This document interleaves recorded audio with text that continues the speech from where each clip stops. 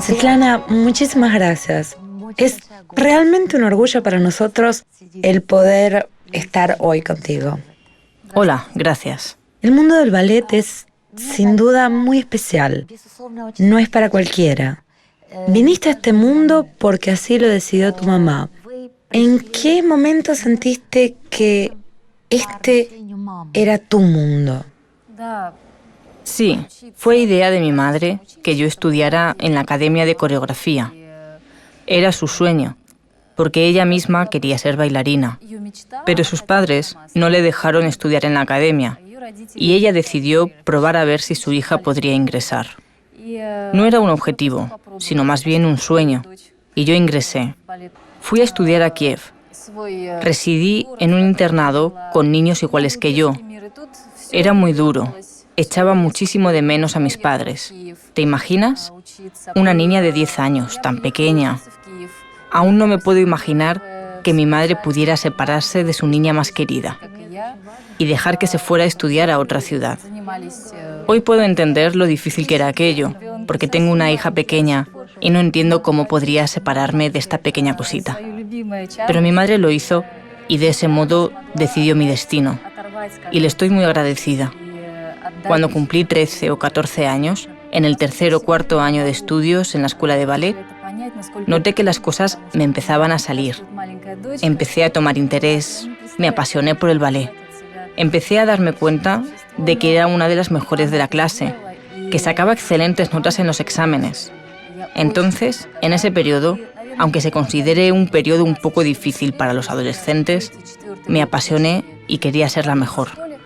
A los 15 años, participé en el concurso internacional Vaganova Prix, el famoso concurso que se celebra en San Petersburgo. Gané el segundo premio. Y fue un gran logro para mí, porque participaron niños de todo el mundo. Me invitaron a estudiar a la Academia de Ballet Vaganova en San Petersburgo. Entonces empezó otra vida para mí. Me gradué de la academia y entré a trabajar en el Teatro Mariinsky. A los 17 años me convertí en solista del Teatro Mariinsky. Muchos críticos hablan de tus dotes físicos, de que tienes un cuerpo perfecto para el ballet. ¿Bailarina se nace o se hace? Para ingresar en una academia de ballet hay que tener ciertas cualidades físicas que solo Dios o los padres te pueden dar. El Señor me dotó de tales capacidades y todos las veían. Por una parte, por eso, era más difícil. Entendía que la gente siempre esperaba más de mí.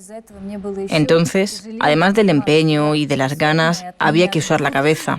En nuestra profesión ha habido muchos artistas con buenísimas cualidades, pero que no han tenido mucho afán o ganas y se quedaron donde estaban. También hubo casos cuando un niño no tenía dotes tan buenos, pero tenía muchas ganas y los desarrollaba y se convertía en un gran y famoso artista.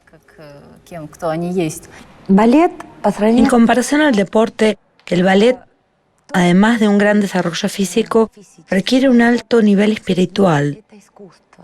La forma se logra gracias a permanentes ensayos, entrenamientos. ¿Y qué les ayuda a crecer espiritualmente? Tienes razón. El trabajo físico es casi igual en el deporte y en el ballet. Es un arte dificilísimo, sobre todo porque se experimenta un fuerte desgaste físico. Pero a la vez no hay que olvidar que nosotros somos portadores del alimento espiritual. Tenemos que entregar el alma al público. La meta del deporte es más alto, más rápido, más fuerte, y lo que importa es el resultado. En el ballet también hay que hacerlo alto, rápido, fuerte, pero a la vez tiene que parecer muy fácil, y el espectador no tiene que notar el esfuerzo. En el deporte vemos que es un trabajo físico, pero en el ballet hay que enmascararlo con ligereza. Pero esta facilidad y ligereza se adquiere solo con un duro trabajo físico. ¿Cómo se aprende a ser sublime? Muchas cosas. Cuando recibo alguna noticia que me inspira, algo que he vivido, cuando recuerdo las emociones de alegría o tristeza, a veces lo uso, lo llevo al escenario. Pero el escenario no significa emociones auténticas, son emociones exageradas, para que pueda llegar al público. No es cine, no hay una cámara que pueda mostrar de cerca nuestras emociones. Por eso son un poco exageradas. Transmitimos mucho con el movimiento o con los gestos. Es un arte muy especial que hay que dominar muy bien. Es la mímica, No puedes sobrepasarte con las emociones, porque queda muy ridículo y bruto. No pueden faltar las emociones porque queda aburrido. Eso califica a los grandes artistas. Se ven desde fuera, conocen su límite, pero a la vez sus posibilidades no tienen límite. A menudo se dice que en el ballet hay que luchar, sobre todo contra uno mismo. ¿Estás de acuerdo con esto? Sí, la lucha consigo mismo es sobre todo para superar la pereza, la debilidad, las ganas de descansar, porque día tras día, a lo largo de muchos años, por la mañana, obligatoriamente, tienes que ir a clase. Y eso es un trabajo físico. Lo hacemos desde los 10 años. ¿Te puedes imaginar lo difícil y a veces lo poco interesante que se hace eso con los años? A menudo hago algunos proyectos, hago algo nuevo para que la rutina no me absorba. Por ejemplo, hace poco un coreógrafo italiano, Francesco Vetriglia, puso en escena un ballet para mí titulado Sakharova Super Game. Fue un experimento. Pensamos que había que acercar un poco el ballet a la juventud moderna para atraerla. En él se utilizó la idea de un juego de ordenador. Es decir, parece que el espectador se mete en un ordenador, en un juego. Yo soy la protagonista. Había 5 juegos: un castillo, un juego de nieve, una competición de esquí. Es decir, era muy interesante. Fue un estreno mundial. Se escribió música solo para ese ballet. Se hizo todo desde cero. No había nada clásico, solo la danza contemporánea. Fue un experimento que inventamos junto con ese coreógrafo. Tenía la tarea de atraer a la juventud al teatro, al ballet. Nadie había hecho nada parecido antes. Un ballet informático, podría decir. Fue muy interesante. Hubo diferentes opiniones, pero para mí personalmente fue un trabajo nuevo. Era interesante, era un placer asistir a los ensayos. Trabajamos en el teatro desde las 10 de la mañana hasta las 10 de la noche. Hago también otros proyectos y descubro nuevas ciudades. Presento ballet en otros países donde no he estado. Me gusta la idea de atraer la atención. Da la impresión de que tu carrera se ha desarrollado muy rápido. ¿Cómo explicarías el hecho de que este camino haya sido tan fácil, tan recto? ¿O es que solo así parece? Solo lo parece. No me puedo quejar. Gracias a Dios, mi carrera ha sido fácil. Empecé a trabajar en el teatro y a los 6 meses ya bailé Giselle. Tenía 17 años. Nadie había hecho algo así, porque según las reglas del teatro, primero hay que estar como mínimo 1 año en el cuerpo de baile. Después, poco a poco, te van dando otros papeles. Yo irrumpí y me dieron esa oportunidad, y la aproveché.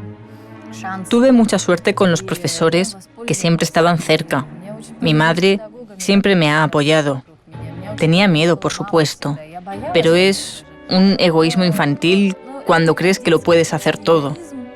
Ahora, cuando pienso en que a los 17 años acepté interpretar el papel de Giselle, que no solamente es un ballet físicamente difícil, sino que es un ballet dramático. Y a los 17 años, cuando acababa de empezar a conocer la vida, cuando empezaba a entrar en ella, necesitaba transmitir el sentimiento de amor, de traición y la escena de locura. Es un ballet muy difícil. Lo acepté y lo logré. Después me empezaron a invitar a teatros de Europa y Estados Unidos. No puedo decir que todo haya sido muy fácil. Cuando por primera vez interpreté el papel principal a una edad tan joven, cuando salieron las críticas en la prensa, recuerdo que nadie escribió que ha sido una bailarina joven y principiante. Me valoraban como a una bailarina adulta y formada. Nunca fueron muy indulgentes conmigo. Desde los años de la escuela, sabía que me exigían mucho. Por eso era muy dura conmigo misma. Hubo un periodo cuando llegó el gran éxito y me parecía que ya lo había aprendido todo. Entonces me di cuenta de que era el momento más peligroso porque me podía quedar estancada. Había que seguir trabajando y en un momento muy duro en la carrera. Pasaron muchas cosas buenas y malas, como en cualquier profesión. Hacemos una pequeña pausa, pero enseguida estamos de vuelta.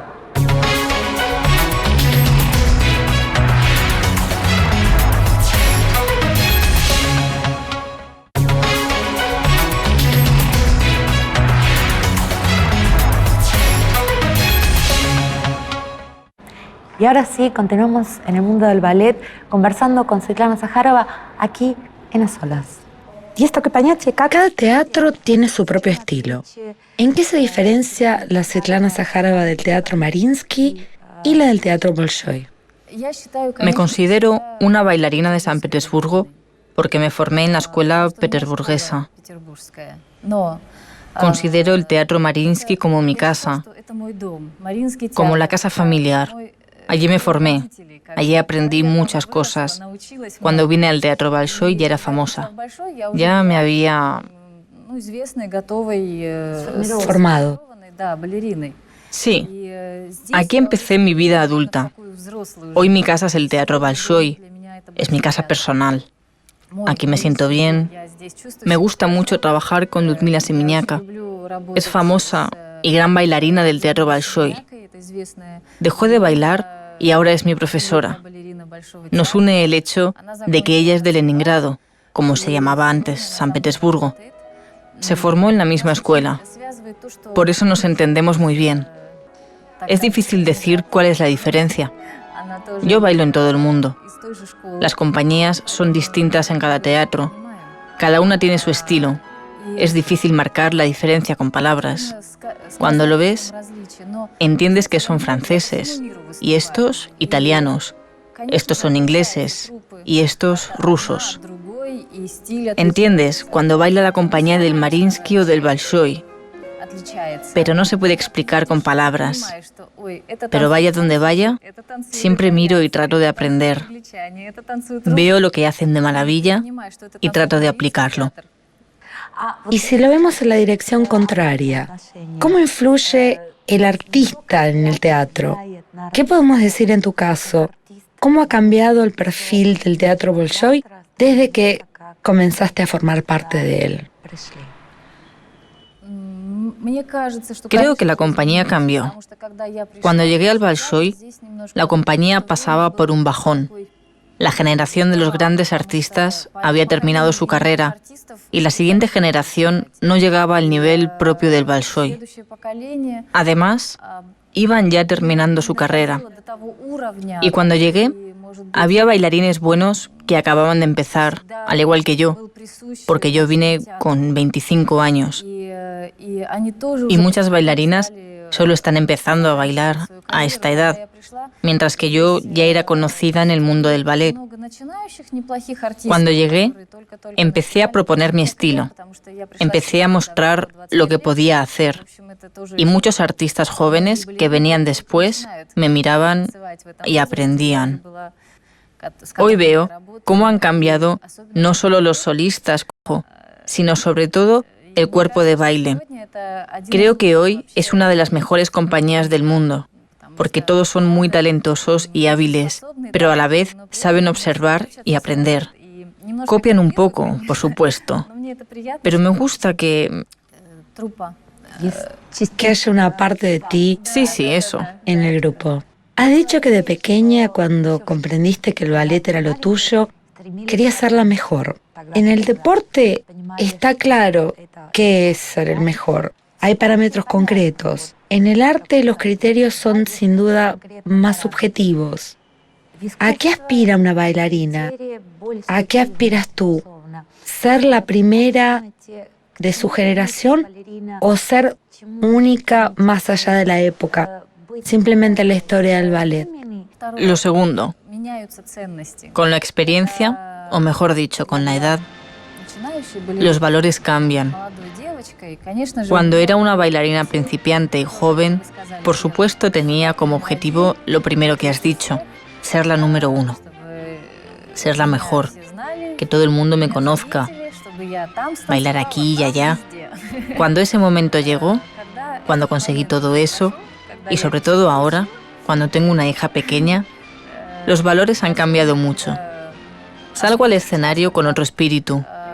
Salgo no para demostrar algo a alguien, que soy yo, sino que salgo para mostrar mi arte, lo que siento, lo que he aprendido, cómo me estoy desarrollando. Lo esencial es mostrar la obra.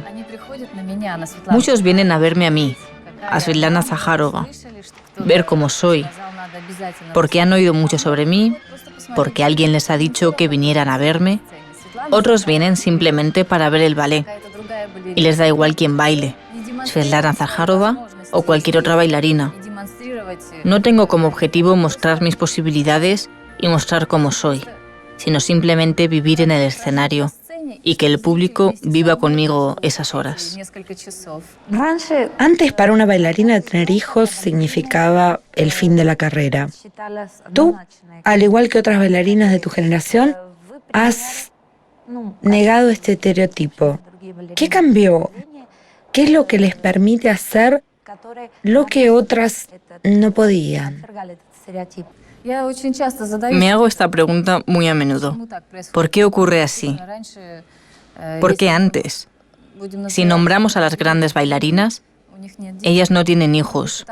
A lo mejor porque se entregaban por completo a este arte y vivían solamente para él, o solo vivían para sí mismas y ni pensaban vivir para alguien. No lo sé. A lo mejor hoy tenemos tiempo para todo, tampoco lo sé. Mi profesora, Lyudmila Simiñaka, tiene un hijo maravilloso. Creo que mi generación es más atrevida, porque en esos tiempos aquella generación siempre estaba dentro de ciertos límites. No podías ir allí, no podías hacer aquello, siempre había prohibiciones. Hoy somos mucho más libres, y eso es una ventaja. Volviste al ballet 3 meses después de tener a tu hijita. Volví al escenario. Al escenario. Y a la sala de ensayos pasado un mes. La maternidad es algo mágico. ¿Cómo ha influido este cambio en ti como bailarina? Es verdad que cambian los valores. E incluso creo que veo la vida de otros colores. Tengo otros deseos. Tengo otras necesidades. Es una experiencia única poder vivirlo tú misma, porque recuerdo el periodo cuando estuve de baja por embarazo y no tenía ganas de hacer nada. Solo quería descansar. Llevaba tantos años trabajando y no me podía imaginar que podía dedicarme a mí misma. Podía dormir cuanto quería, como todas las mujeres, salir de paseo, descansar, viajar al extranjero con mi marido para ver sus funciones. Es decir, era mujer, esposa, y me mimaba. No practiqué ni un día. No tenía ganas de esforzarme. Estaba bien, alegre. Entendía que era un periodo demasiado largo, que después me sería muy difícil ir a clase, volver a estar en forma. Los músculos perdían su tono. Pero tampoco esto me obligó a practicar, aunque fuera un poco. Después, cuando di a luz, empecé a sentirme mejor. Me recuperé. Y entonces despertó algo en mí. Quería ir corriendo a la sala. Es decir, durante el embarazo, No tenía esas ganas. La naturaleza te protege de algo, te preserva para que tengas al niño. Después, de repente, todo cambió en mi mente y fui corriendo a ensayar, a trabajar. De nuevo, tenía muchas ganas de ponerme en forma. También es muy interesante. Me observaba a mí misma, me miraba desde fuera a veces y era tan interesante. Ya en noviembre vas a otorgarnos la posibilidad de disfrutar de tu baile en el estreno de La Bella Durmiente, que es además la primera puesta en escena en el Teatro Bolshoi después de su reconstrucción. ¿Qué significa para ti este evento? Cuando estaban cerrando el escenario histórico, el escenario principal del Bolshoi, dijeron que era para 3 años. Fue muy triste irse de allí. Pasaron 3 años, pasaron rápido, trabajamos mucho, teníamos muchas giras. Además, teníamos el nuevo escenario, que es mucho más pequeño que el antiguo, pero la compañía seguía actuando, había estrenos. Y entonces nos empezaron a decir que la inauguración se aplazaba y no se sabía hasta cuándo. Pasaron 6 años desde el momento que lo cerraron. Hace poco fuimos ahí a ensayar. Cuando entré en el aforo, me emocioné. Todo es tan bello, tan fino, tan delicado. La tecnología, el mecanismo que se usa en el escenario son únicos. Entré con tanta emoción y tantas ganas, con un sentimiento de temor, por supuesto. Pero creo que valió la pena esperar 6 años para darse cuenta de lo valioso y lo grande que es este escenario. Espero con mucho miedo la inauguración y el momento en el que salga al escenario en una gran función. También te espera una actuación como solista en Barcelona, la participación en el cierre del año dual de Rusia y España en Madrid. ¿Qué expectativas tienes para la gira española? Sé que el público español es ardiente, no cálido. Espero con impaciencia esta gira. Es muy interesante. Nunca he estado en Barcelona. He estado varias veces en Madrid. Una vez actué en el teatro, cuando aún trabajaba en Mariinsky. Recuerdo que tuvimos un día libre y por la noche había un concierto de Pavarotti. En el teatro corrió el rumor de que estaba ensayando en el escenario. Recuerdo que me daba miedo entrar y distraer al maestro. No se podía hacer ningún ruido extraño. Recuerdo que fui al aforo, subí al balcón, abrí un poco la puerta y le estuve mirando. Era muy joven entonces y para mí fue como Pavarotti en persona. En el escenario había un piano de cola. Él llevaba una camisa. Se tapó la oreja con una mano y cantó, pero no al 100% como en un concierto, sino un poco más bajo de lo habitual. Yo estaba en silencio, escuchando cómo cantaba. Decía algo, hacía comentarios y cantaba. Fue una impresión que me llevé de ese teatro. Y hace poco trabajé con el gran maestro y coreógrafo Nacho Duato. Trabajé con la compañía que dirigía entonces. Hice una obra para mí que él mismo había bailado antes. Fueron momentos inolvidables. Ahora Nacho Duato trabaja en San Petersburgo. Espero trabajar de nuevo con él. Así que Madrid es algo especial para mí. Por supuesto, los museos, que los he visto todos. Pero me importa mucho el público que vendrá. Porque en Barcelona no he actuado antes, y en Madrid sí, pero fue hace mucho tiempo. Esperemos que Barcelona también te cause buenas impresiones, que Madrid siga haciéndolo. Y una vez más, muchísimas gracias por habernos concedido el honor de tu presencia. Gracias a ustedes. Hemos tenido el gran honor de conversar con una de las mejores bailarinas de nuestra época, Svetlana Zakharova. Con esto nos despedimos y hasta la próxima.